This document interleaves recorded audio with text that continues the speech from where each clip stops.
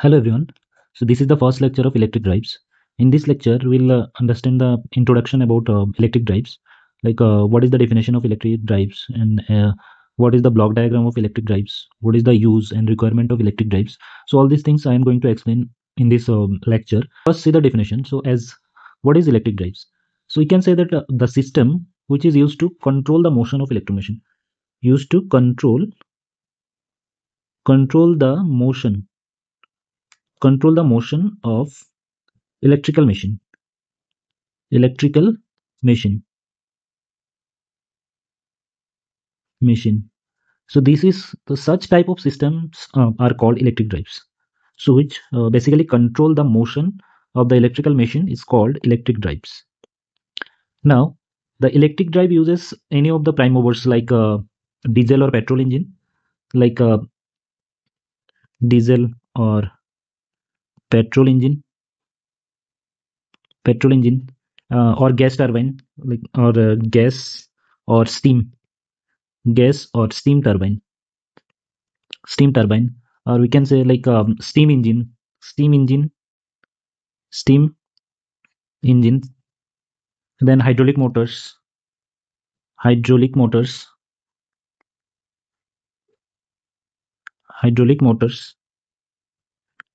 and like electrical motors also, electrical motors, electrical motors also. So these are as a used as a primary source of energy for the electric drives. So this used as a primary source of energy for the electric drives. So this prime mover supplies the mechanical energy to the drive for motion control. So these type of uh, engines, or we can say turbines, they provide mechanical energy, mechanical mechanical energy, mechanical energy to the drive for motion control, for motion control. So this is all about basic explanation, or you can say the basic definition of electric drives. Okay, now we'll understand the block diagram of electric drives. So basically, the electrical load like fans, pump, trains, etc., consist of electrical motors. Requirement of an electrical load is determined regarding speed and torque, regarding and torque, speed and torque.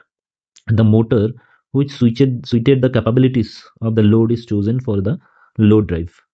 So if we see the block diagram, it consists of source, source, source is there.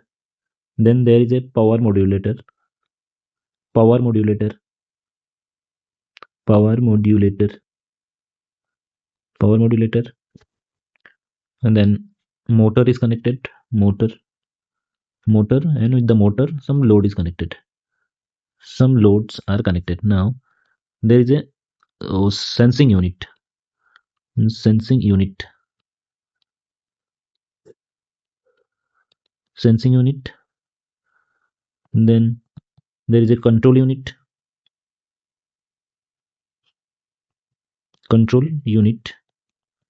and it is go back to modulator, and there is a input command, or you can say the reference signal,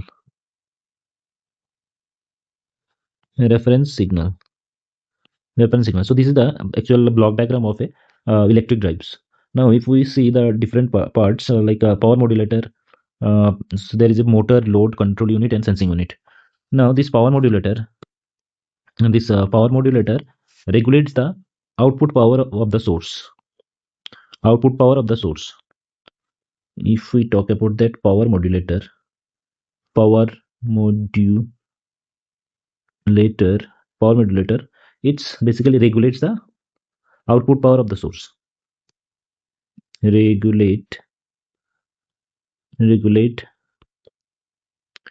the output power, output power of the source. Then it controls the power from the source to the motor in such a manner that the motor transmits the speed torque characteristics required by the load. So during the transient operations, like during transient operation, it's can be starting or braking, And suppose there is a speed reversing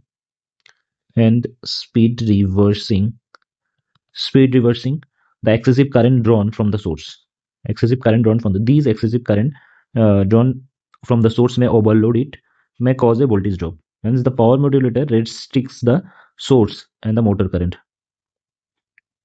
So we can say, power modulator, power modulator converts the energy, con converts the energy, converts the energy according to the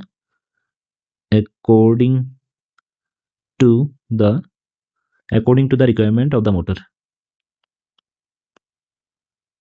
according to the requirement of the motor motor. So this is the main purpose of the power modulator. So next we will see it. So in this block diagram there is a one control unit. So there is a one control control unit. So let's understand what is the purpose of this control unit control unit. So the control unit controls the power modulator. So its main purpose is control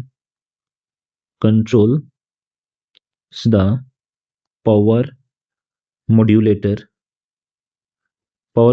It controls the power modulators which operates at small voltage, which operates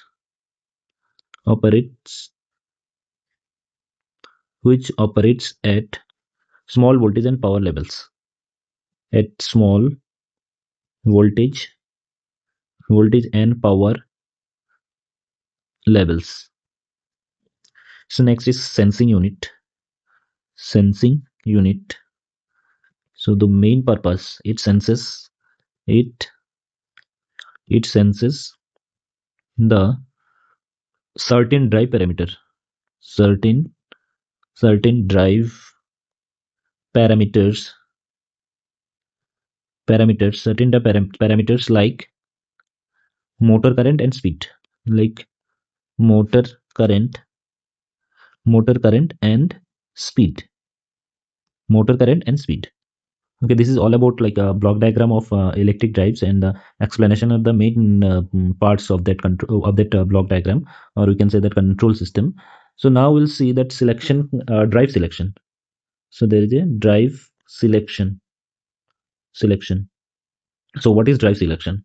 So when selecting a proper drive system for a motor, it is necessary to give careful consideration to the variety of technical criteria as well as that essential requirement of the applications. So as motors compatibility with the drive is absolutely necessary in order to achieve the highest possible level of performance. So let's see the most important consideration to take into account when matching a drive to a motor and application for which it is intended. So like motor type, first one is motor type. Motor type.